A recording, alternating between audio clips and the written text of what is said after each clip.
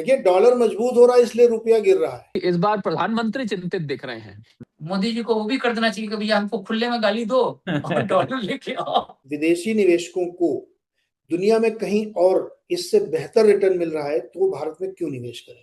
लोगों ने मुझे ट्रोल किया था उस टाइम जब मैंने कहा था कि ये 2026 में मंदी आई। बिना कुछ किए विक्रांत जी और नीरज जी गरीब हो जाएंगे क्योंकि रुपया कमजोर हो रहा है। तो एनआरआई को भी आह्वान कर सकते हैं मोदी जी कि भाई एनआरआई अपना पैसा जमा करो।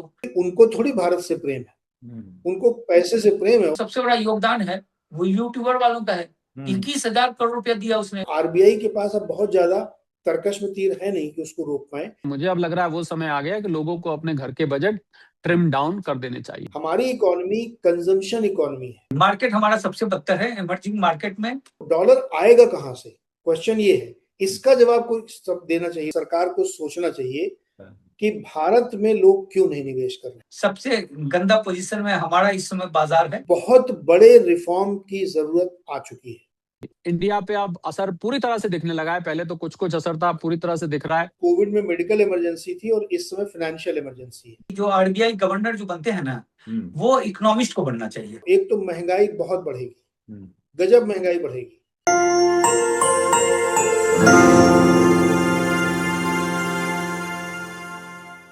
देखिए, डॉलर मजबूत हो रहा है इसलिए रुपया गिर रहा है, ये भी तो एक बात है।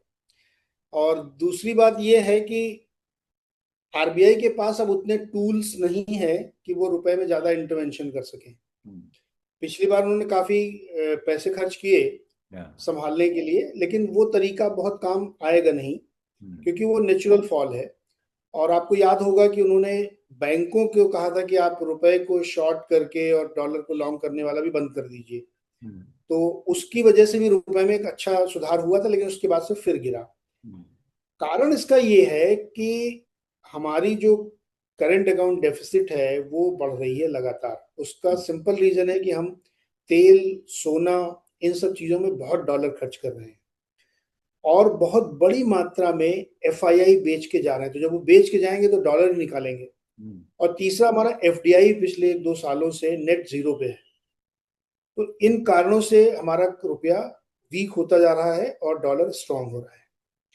क्यों हो रहा है ये, क्यों ऐसा एफआईआई बेच रहे हैं? क्योंकि एफआईआई को यहाँ पे रिटर्न बनता हुआ नहीं दिख रहा है और उनका रिटर्न होता है डॉलर टर्म्स में, कि वो डॉलर लेके आते हैं, रुपए में कन्वर्ट करते हैं, निवेश करते हैं और जब उनको फायदा होता है वो बेचते हैं और फिर डॉलर में कन्वर्ट करके ले जाते हैं, तो उनको फायदा ही नहीं दिख रहा है। तो वो क्यों निवेश करेंगे यहाँ पे? पहला सवाल ये है। दूसरा सवाल ये है कि अगर विदेशी निवेशकों को दुनिया में कहीं और इससे बेहतर रिटर्न मिल रहा है तो वो भारत में क्यों निवेश करें?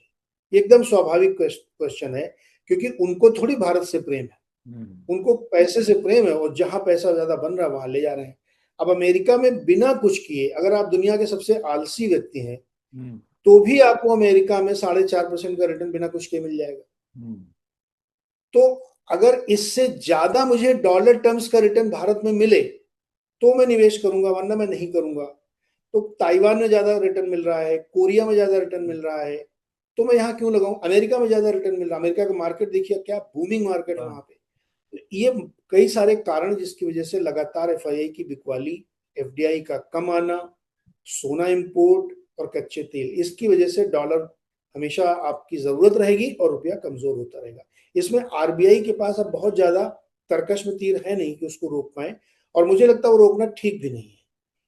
मैं उस कैंप में नहीं हूं जहां पे रुपए की वीकनेस को लेकर के बहुत ज्यादा हाय हल्ला मचाया जाता है।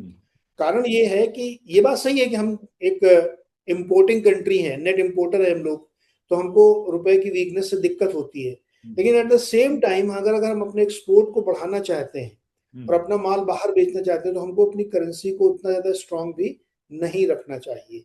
तो इसलिए मुझे लगता है कि रुपया वीकनेस एक बड़ी चिंता है, क्योंकि उससे आप प्रतिदिन गरीब होते हैं। बिना कुछ किए विक्रांत जी और नीरज जी गरीब हो जाएंगे क्योंकि रुपया कमजोर हो रहा है। ये एक सच्चाई है ये। लेकिन उसी के साथ ये सच्चाई है कि हम ऐसा क्या बेचते हैं कि विदेशी हमसे खरीदें और कॉस्ट इफेक्टिव हो। तो इन कारणों की वजह से मुझे लगता है कि रुपए को बहुत ज्यादा रिस्ट्रिक्ट करने का कोई लाभ नहीं है, उसको एक बार फ्री फ्लो छोड़ना चाहिए। पिछले 75 सालों में अगर आप देखेंगे तो एवरेज रुपया 2% हर साल वीक होता है। तो अगर किसी 2-3 साल रुपए को रोक लिया गया किसी कारण से, तो फिर उसके बाद वो और ज्यादा तेजी से कमजोर होता है, वो एवरेज मीन रिवर्जन हो जाता है वहां पे। तो एक तो ये कारण है। आप अगर पिछले 10 साल का चार्ट देखें तो लास्ट 2 इयर्स में रुपए में ज्यादा वीकनेस है, उससे पहले रुपया स्टेबल था, वीक नहीं हो रहा था। तो वो उसकी वजह है। दूसरा कारण ये है जो मैंने पहले कहा कि हमारी इकोनॉमी में उतनी ग्रोथ इन्वेस्टर्स को नहीं दिख रही है। उसका कारण एक ये भी है कि जो एआई का बहुत ज्यादा हुआ है, तो ज्यादातर पैसा निकल के उन देशों में गया जहां पे एआई का बिजनेस है। अब कुछ लोग इसमें तर्क देंगे कि ब्राजील का मार्केट क्यों चल रहा है, वहां कौन सा एआई है, वो तो कमोडिटी मार्केट है। बिल्कुल फैक्ट है, लेकिन कमोडिटी का बूम भी तो चल रहा है, हम तो कमोडिटी वाले भी नहीं है। हमारी इकोनॉमी कंजम्पशन इकोनॉमी है, सर्विस इकोनॉमी है, और सर्विस और कंजम्पशन की इकोनॉमी इस समय दिक्कत में है, क्योंकि आईटी में हमारा धंधा चल नहीं रहा है बिकॉज ऑफ एआई। कमोडिटी के हम बहुत बड़े एक्सपोर्टर नहीं है, तो डॉलर आएगा कहाँ से, क्वेश्चन ये है। इसका जवाब कोई सब देना चाहिए लोगों को कि कोई आदमी भारत में डॉलर क्यों लाएगा, आप उसको क्या दे रहे हैं। अभी देखिए टेस्ला भी चला गया, हाँ बिल्कुल, उसने भी अपनी दुकान समेट ली, यहाँ नहीं लगाएगा, वो अलग अलग रीजन है उसके।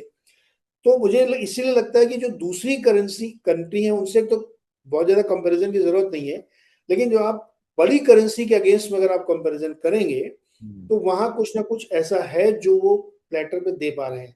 हमारे पास ऐसा कुछ नहीं है, और ये सरकार को सोचना चाहिए कि भारत में लोग क्यों नहीं निवेश कर रहे हैं। तो एक बड़े रिफॉर्म की अब इस देश में जरूरत है। देखिए टेस्ला निकल के गया, अब उसमें तरह तरह की बातें हैं कि टेस्ला की जो कंडीशंस थी वो पूरा करना संभव नहीं था, तो इसलिए वो छोड़ के चले गए, क्योंकि वो बहुत ज्यादा कंडीशंस लगा रहे थे, हमें ये चाहिए वो चाहिए। एक सच्चाई ये है। दूसरी सच्चाई ये भी है कि भारत में उतना कंड्यूसिव एनवायरनमेंट नहीं है फॉरेन कैपिटल के लिए, लैंड लेने में बहुत मुश्किल आती है, और इतने नियम कायदे पेच बनाए गए हैं कि भारत में लोग निवेश नहीं कर रहे हैं। तो सरकार को अब शायद ये 91 मूवमेंट है, मुझे लगता है कि बहुत बड़े रिफॉर्म की जरूरत आ चुकी है, अदरवाइज एफडीआई आएगा नहीं। क्योंकि अब वो दौर चला गया जब आप म्यूचुअल पे चलते थे कि चला लेंगे, अब नहीं चलेगा। और इसको मैं दूसरी तरह से भी देखता हूँ कि अमेरिका से मैं ये अपेक्षा क्यों करूं कि वो मेरे ऊपर एहसान करे। नहीं करेगा, कोई नहीं करेगा, वो अपने देश के लिए सोचेगा ना। ट्रम्प को 100 गाली हम लोग रोज देते हैं, out of share love of my country I से something about Trump. But Trump के नजरिए से आप सोच के देखिए, वो अपने देश के लिए सोचेगा कि हमारे लिए सोचेगा। तो हमको भी अपने देश के लिए अगर सोचना है तो हमें बड़े रिफॉर्म्स करके ऐसा माहौल बनाना पड़ेगा कि यहाँ निवेश करें लोग, यहाँ फैक्ट्रियां लगाएं लोग। अदरवाइज जब अपने डोमेस्टिक लोग नहीं लगा रहे हैं तो विदेशी क्यों लगाएगा। कोई भी चीज ऐसी नहीं है जिसके लिए दुनिया हमारी मोहताज हो, कोई प्रोडक्ट नहीं है हमारा, क्योंकि ऐसे 10 प्रोडक्ट के विकल्प और इससे अच्छे और इससे सस्ते प्रोडक्ट के विकल्प दुनिया में अवेलेबल है। तो हमारे इंडस्ट्रियलिस्ट की भी एक बुराई है ये कि वो लोग रिसर्च एंड डेवलपमेंट पे काम नहीं करते। आप अभी ध्यान दीजिए, 2-4 दिन पहले ही उदय कोटक ने सीआईआई की कॉन्फ्रेंस में, जहां सिर्फ उद्योगपति बैठे थे, कितनी बुरी तरीके से उन्होंने लताड़ा है उनको कि अगर हम ठीक नहीं करेंगे तो हमारे लिए दिक्कत है। सरकार को तो आप साइड में छोड़ो, अभी आप इंडस्ट्रियलिस्ट क्या कर रहा है, कुछ नहीं कर रहा है। कोविड में मेडिकल इमरजेंसी थी और इस समय फाइनेंशियल इमरजेंसी है, और ये बात तो स्वयं प्रधानमंत्री कह चुके हैं। पूरा आप 2-4 महीने नहीं कह रहे हैं, मैं कह रहा हूं पूरा 2026 दिसंबर तक मिनिमम, या हो सकता है पूरा फाइनेंशियल ईयर, एक आर्थिक संकट का समय है। इसमें क्या क्या होने वाला ये मैं आपको बता देता हूँ। एक तो महंगाई बहुत बढ़ेगी, गजब महंगाई बढ़ेगी, और जब भी महंगाई बढ़ती है तो आपकी आमदनी कम हो जाती है। भले ही आपकी सैलरी उतनी ही रहे, लेकिन आप बैठे बैठे गरीब होते हैं, बिल्कुल, क्योंकि आपकी करेंसी वीक हो रही है, तो आपकी वैल्यू गिर रही है, और आपको उतने ही पैसे में कम सामान मिलता है, तो महंगाई जबरदस्त बढ़ेगी। महंगाई के साथ साथ बेरोजगारी भी बढ़ेगी, क्योंकि बहुत सारी कंपनियां बंद हो सकती हैं, या बहुत सारी कंपनियों में छटनी होगी। कल की ही बात है ये, दुनिया की 3 बड़ी कंपनियों ने मेल भेजा, जब आपने सुबह अपनी आंखें खोली तो आपको मेल मिला कि आप फायर कर दिए गए हैं। ये ग्लोबल कंपनियों की बात मैं कर रहा हूं, जिसमें HSBC, मेटा, ये सब शामिल है। क्यों ऐसा हो रहा है? क्योंकि डिसेप्शन है मार्केट में। तो बेरोजगारी का इम्पैक्ट होगा, महंगाई का इम्पैक्ट होगा, आपकी आमदनी और घट सकती है और आपके खर्चों में बेइंतहा बढ़त हो सकती है। देखिए, एक बात मेरा मानना है कि जो आरबीआई गवर्नर जो बनते हैं ना, वो इकोनॉमिस्ट को बनना चाहिए। अब क्या हो गया कि इकोनॉमिस्ट जब होता है तो वो गवर्नमेंट की बात को नहीं मानता है, जो है वो अपने हिसाब से चलता है। चाहे आप उसको देख लें, क्या नाम था उनका जो आरबीआई गवर्नर थे, जो जो वो रघुराम राजन, वो बात नहीं माने, या उर्जित आए, उर्जित पटेल भी बात नहीं माना। तो उसके बाद से परंपरा शुरू हो गई आईएएस लोगों का। देखिए, आईएएस जो होता है वो जिंदगी भर जो है वो सरकार की जी हजूरी करता हुआ रहता है, 35 साल तक उसको आदत होती है उन तमाम चीजों का, तो वो जी हजूरी करता रहता है। लेकिन एक देखिए, आप आईएएस भले इकोनॉमिक्स से निकालें, जो है चूंकि सिविल सर्विसेज हमने भी दिया है, हम भी जो है करीब तक से लौटे हैं, लेकिन जो आप उसको देखें, जो इकोनॉमिक्स से आप सिविल सर्विसेज दे रहे हैं या इकोनॉमी से के बैकग्राउंड के हैं और इकोनॉमिस्ट, दोनों में बड़ा फर्क है, बड़ा जमीन आसमान का फर्क है। आप इकोनॉमिक्स की पढ़ाई करके इकोनॉमिक्स के बारे में जान जाते हैं, थ्योरी के बारे में जान जाते हैं, कैसे यूपीएससी को क्रैक करना होता है, उन तमाम चीजों को जानते हैं। लेकिन जो इकोनॉमिस्ट होता है वो अभी के चीजों को पहचानता है। तो ये जो आरबीआई गवर्नर जो आए थे, जिसको लेकर काफी पॉजिटिव था कि काफी अच्छे आईएएस हैं, काफी जबरदस्त ब्रिलियंट है, लेकिन वो इस तरीके से कामयाब नहीं हुए। क्योंकि देखिए, 2-3 बातें हैं कि सबसे ज्यादा जो फिसला है वो हमारा रुपया फिसला है। हम जो है 5% के आसपास फिसल गए थे, 5% से ज्यादा। इसके नीचे इंडोनेशिया का फिसला था 4.75 के आसपास, जो है उसके नीचे कोई और फिसला था। अब इवन आप ब्राजील को देख लें, जो वो हमारे ही तरह इकोनॉमी है, वो उतना नहीं फिसला। मैक्सिको मजबूत रहा, वो भी हमारी तरह से इकोनॉमी है। बाकी जो डेवलप्ड इकोनॉमी में देखें, जापान मजबूत रहा, चाइना मजबूत रहा, तमाम मजबूत, 1% के आसपास फिसला, लेकिन हम बहुत ज्यादा फिसल गए। और एक और बात है कि जो हमारा फॉरेन रिजर्व है वो बढ़ गया, वो 40 के बिलियन के आसपास था, जो 696 के आसपास चला गया, तो वो बढ़ा है। एफडीआई भी जो है, ये देखा गया है कि फरवरी मार्च सब में एफडीआई भी आया है, साथ में जो एफआई जो है वो पैसे भी निकाल रहे हैं। तो ये सब कई सारे फैक्टर हैं। तो इसमें गवर्नमेंट को जो है इनको बचाने के लिए इनको संभालना पड़ेगा। अब देखिए, जैसे शेयर बाजार है, शेयर बाजार में एफआई का अच्छा खासा इन्वेस्टमेंट है, लगभग 76 लाख करोड़ के आसपास का उनका इन्वेस्टमेंट किया हुआ है, और वो निकाले जा रहा है 2-3 लाख 4 लाख करोड़ करके हर साल निकाल रहा है पिछले 2-3 साल से।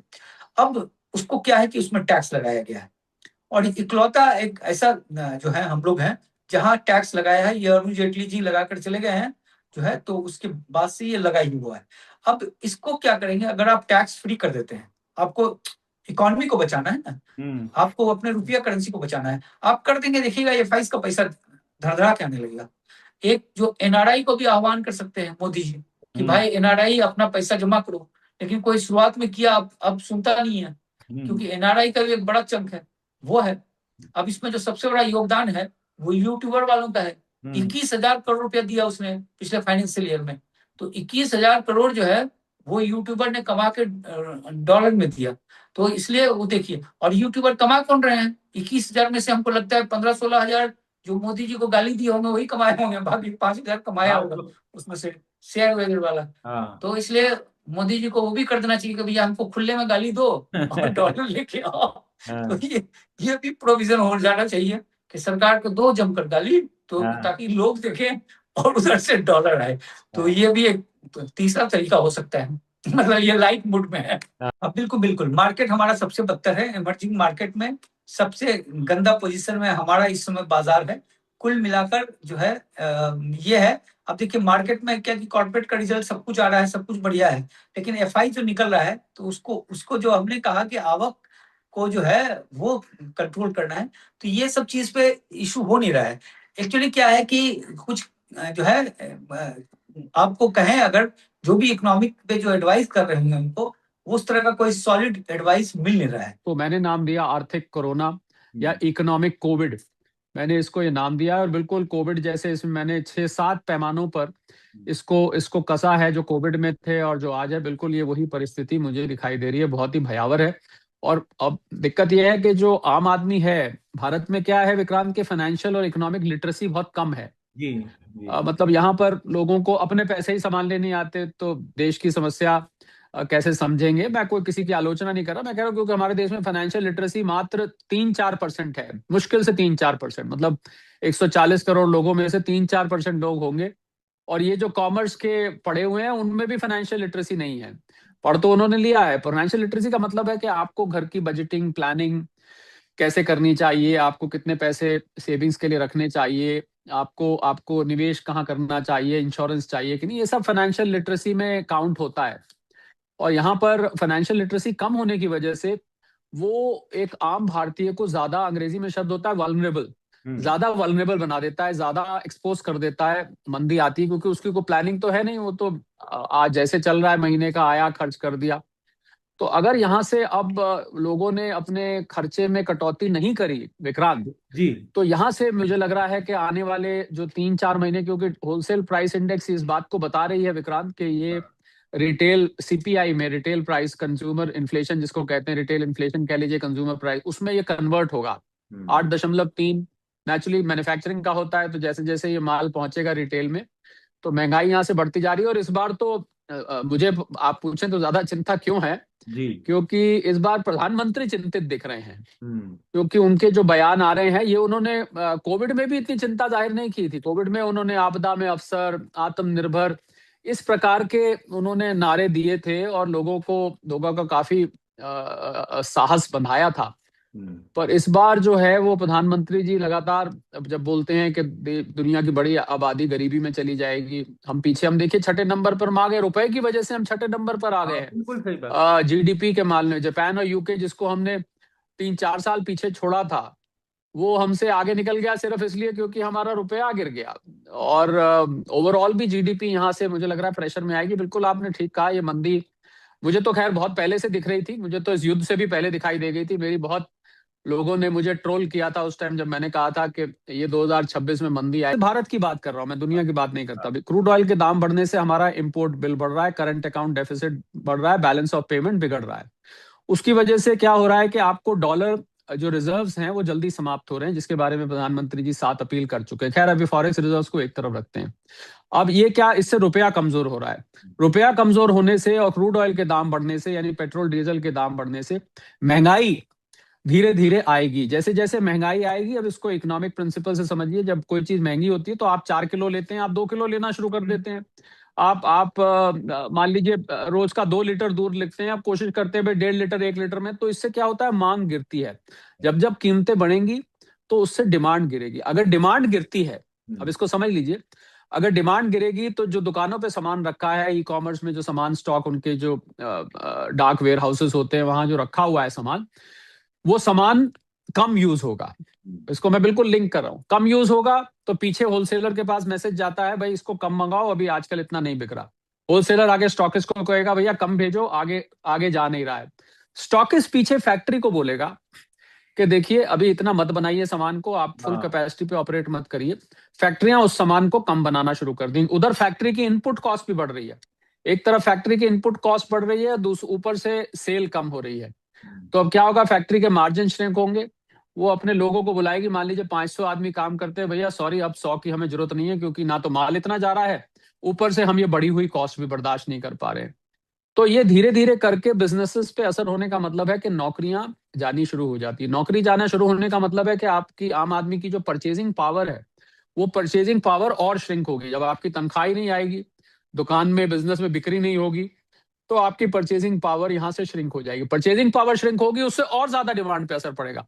एक ऐसा ये विशेष सर्कल होता है जिसको घुम्मर घेर कहते हैं। आप उसमें फंस जाते हैं। भंवर होता है उसमें, इकोनॉमिक भंवर ऐसा है कि उसमें सर्कुलर इफेक्ट होता है, एक वो घूम घूम के फिर वहीं आता रहता है। तो इसलिए परिस्थिति भयावह है।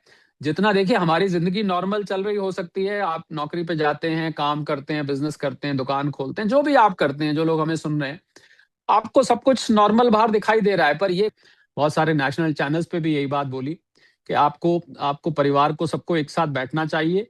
घर के बड़े बुजुर्ग बच्चे सब बैठें और बैठ के कागज पेंसिल लेके अपने अपने खर्चे लिखें। जो फजूल खर्चा है उसको डिलीट करें, उसको कुछ समय के लिए टाल दें। किस लिए टालें? क्योंकि जो महंगाई की वजह से आपका एडिशनल बजट होने वाला है, आपका ग्रोसरी बिल, आपका पेट्रोल डीजल का बिल, वो जो बढ़ने वाला है, उसके लिए आपको मार्जिन छोड़ना पड़ेगा ना। इनकम तो वही है, बिल्कुल। तो जब इनकम वही है तो आपको दो ही, या तो इनकम बढ़े या फिर खर्चे घटे। तो मुझे लग रहा है लोगों को, प्रधानमंत्री जी ने तो जो अपील करी, मैं उससे आगे जाके आप अपील कर, प्रधानमंत्री जी ने अपील करी, सारी अपीलों में विदेशी मुद्रा भंडार एक कॉमन सूत्र था, एक धागा था।